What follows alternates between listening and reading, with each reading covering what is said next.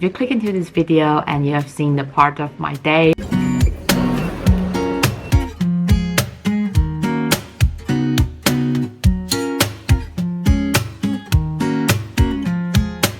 pretty sure you are curious about how much is it like the spending for a 25 years old living in London. Good morning guys, it's Melanie. Welcome back to my channel. My hair is such a mess today. I literally have no time to really brush it through. Just thought I'll check in and start a new video because I wanted to show you what's the day in my life like realistically. How much do I spend as a 25 years old living in London? I've outlined all the like living expenses, how much is my rent, my bills, etc, like the things I have to spend. I'm gonna sit down and talk you guys through all that stuff. There are a lot of you asked me about how should they prepare, but you have to also know that the living expense here is really changing drastically based on, you know, like what happened, cost of living, energy crisis. So I will share with you the most up-to-date one, which I try as much as possible to be transparent. Anyway, other than that, I'm going to share with you how I spend. Today, I'm gonna take you with me to Lush Spa at Oxford Street. Aiden, my boyfriend, he bought me this spa massage. So I'm gonna go to that spa. I would say maybe let's put it free because it's a present from my boyfriend. Roughly, that's like 60 quid, I think. Right, so I'll take you guys with me for this really honest breakdown of my daily expense. Let's go.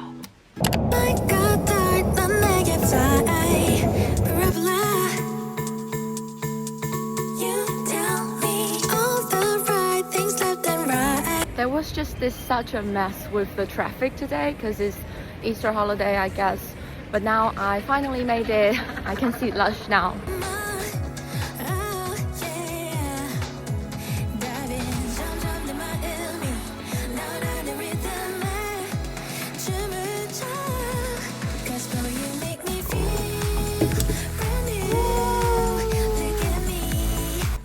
I just picked the lavender one for my treatment today.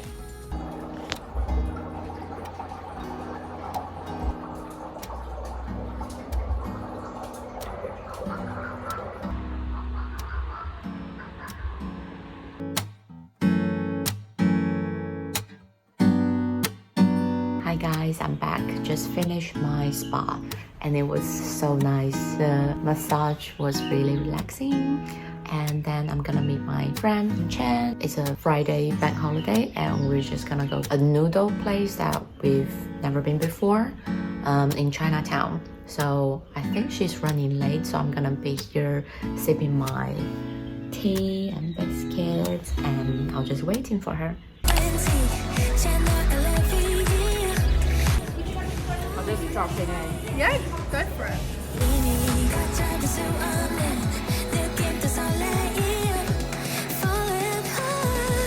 Colours there is very intergalactic, very space-like.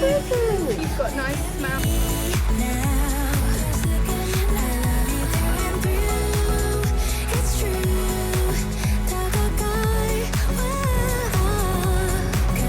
That's where we're going. Okay guys, quick check-in. The noodle is £13.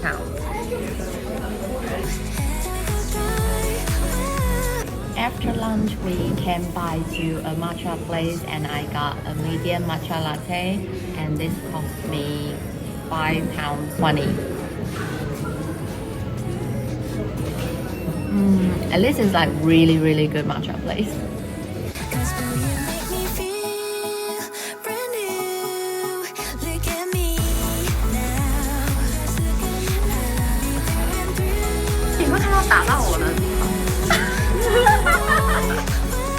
We just did an Insta photo.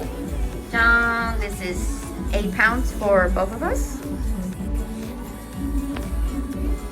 Ow.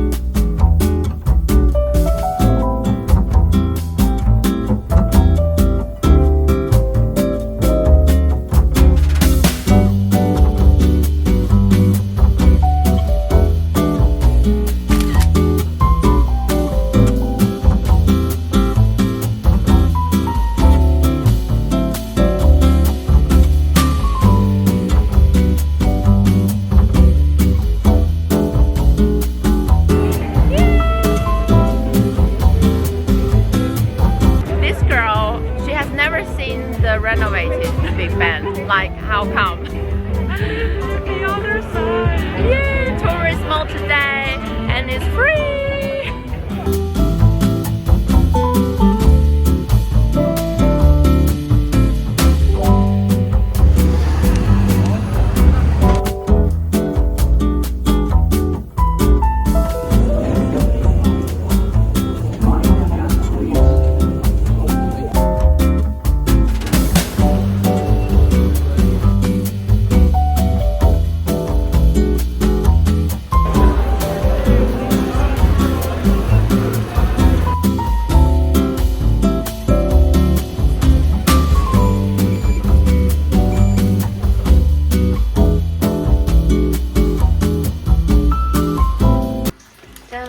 Here's my Lush bath bowl, and I'll show you guys. Look. Oh, oops. Right, I'll take it out. My bath is ready. Just to show you guys really quick, this one is a black rose. I know it kind of looks a bit creepy, but it smells super good. So highly recommend you guys, if you happen to pop in Lush, maybe try this scent. It really smells amazing. Right, okay. I'll put it down. Oh. Wow! Whoa. Oh my god, that's so pretty! Did you see there's like a giant bubble there? Yeah. Oh, I don't mean it's a bubble, I mean it's a ball. Oh! This is so cool. Hi guys, I wanted to tell you what's the extra expense. I guess I need to take another look at my transport today because I use my Oyster card. I think I might have spent even more because today is bank holiday, so like the traffic was like such a messed up, and like in the morning I took the bus that was like changing route, so I took another bus to get to another tube station and then got on the tube, so it was already like 3 times tapping for my Oyster card.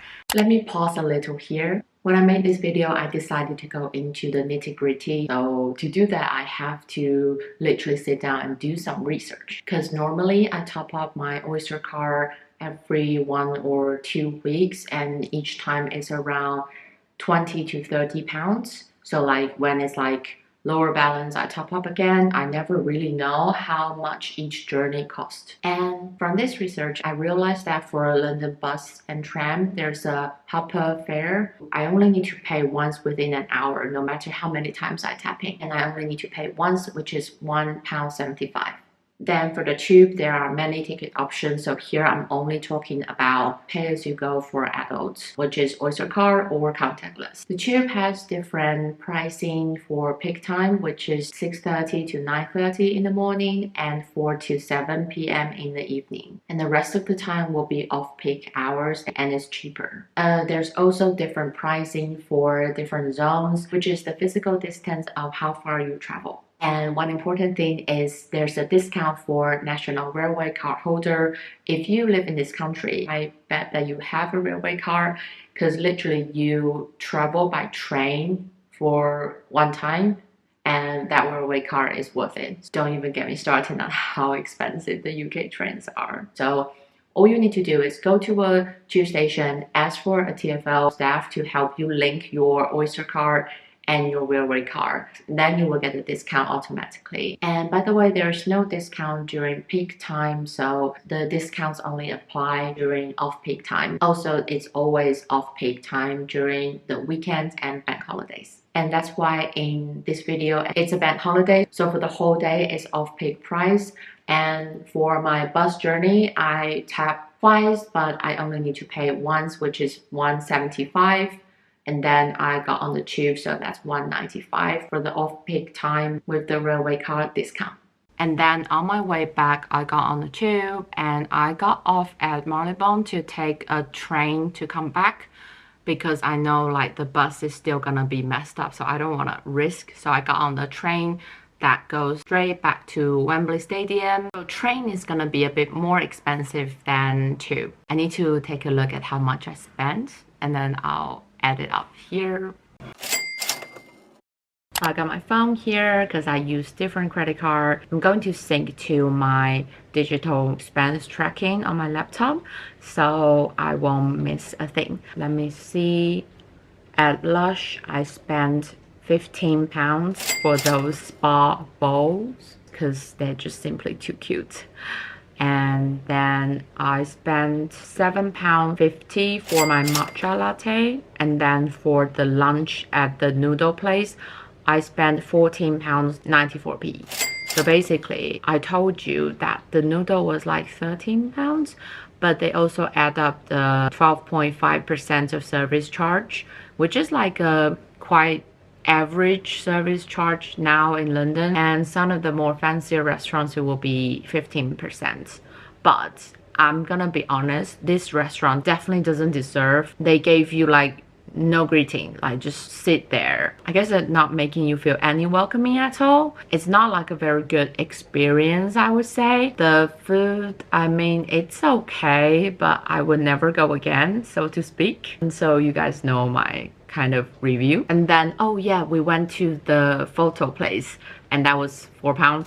So that's basically it for the whole day's expense in central London. Hi guys, so this bit I want to share with you the breakdown of my monthly regular expenses I have written down in my notes, and I want to walk you through it. If you click into this video and you have seen the part of my day, I'm pretty sure you are curious about how much is it like the spending for a 25 years old living in London. I know the age doesn't matter, but it just sounds so cool saying 25 years old. I don't know why, but I really like 25. It feels like in the middle of 20s and I'm in the right place doing all the things I like, and it's just quite satisfying to say that. And especially I have been working for a while now. There's more spending that I can spend right now compared to before when I only just started working. So a disclaimer is, as much as I want to be transparent, I wouldn't be able to because some of them are just like my privacy, and it's all my personal experience living in London. So you might think I spend too much, you might think, hey, I'm so frugal, but it's with my own background experience, how much I earn. So please do not judge. I really hope this video is like help you get a clearer picture of the spending spectrum in London. So I hope this will be helpful. So for me, I moved to London in 2019, and back in the time, everything wasn't so expensive as it is now, but it's always like a gradual growth. The rent, the council tax, everything is like goes up. After deducting all those life expenses, I quite like to spend my money into travel, into experience my life, and those are quite expensive, I would admit. But for me, it's like life is short and I'm here for it, so I am willing to spend those money on it. I'm not a designer bag girl. I don't really buy designer clothes and stuff, but that's just me, so there's nothing wrong with people who like to buy designer clothes and stuff. That's totally fine. But in terms of spending habit, I would say the majority of my spending is my living expenses and then my travel, shopping, experience stuff. So first one, which is the biggest chunk of all things, is my rent. So currently I live in a 2-bed flat with my boyfriend. The monthly rent is £17.89. And then other bills are quite changing, depends on each month usage. So I wouldn't outline how much is it, but like here you can see there are council tax, cold water, hot water, electricity, Wi-Fi, and our phone bills. I think because we all have smart meter to really track our actual usage, so I'm not really worried about it. Those can add up quite a lot. And in my previous flat, I also have gas bill to pay, but now I don't anymore. And then it comes to food. So food is like also a very big amount of my spending. I have Gusto, like the food ingredient and recipe delivery. That's £18.14 for a week. So in a month, it's £72.48. Those are like our weekly dinner expense. And then the regular grocery for like fruits and our lunch stuff, that's like around £50 per month, sometimes more, sometimes less, I would say. I do have to share with you that using the food delivery is just much more effective way of saving. I did some calculation before. It's really just much more easy, and it's actually cost efficient. And also it doesn't really counting with the eating out expense, like going into a restaurant and drinking bubble tea outside. Those expense will be averagely £100 per month. Same, it's like a rough number, I'm not gonna lie. I like food. Then also the monthly supplement, like my vitamin, those things I won't cut down. I pay them every month. I would recommend you to look around different supermarkets, like more of a high-end grocery place would be Waitrose or MMS. And then you have Sainsbury's, Tesco, Lidl.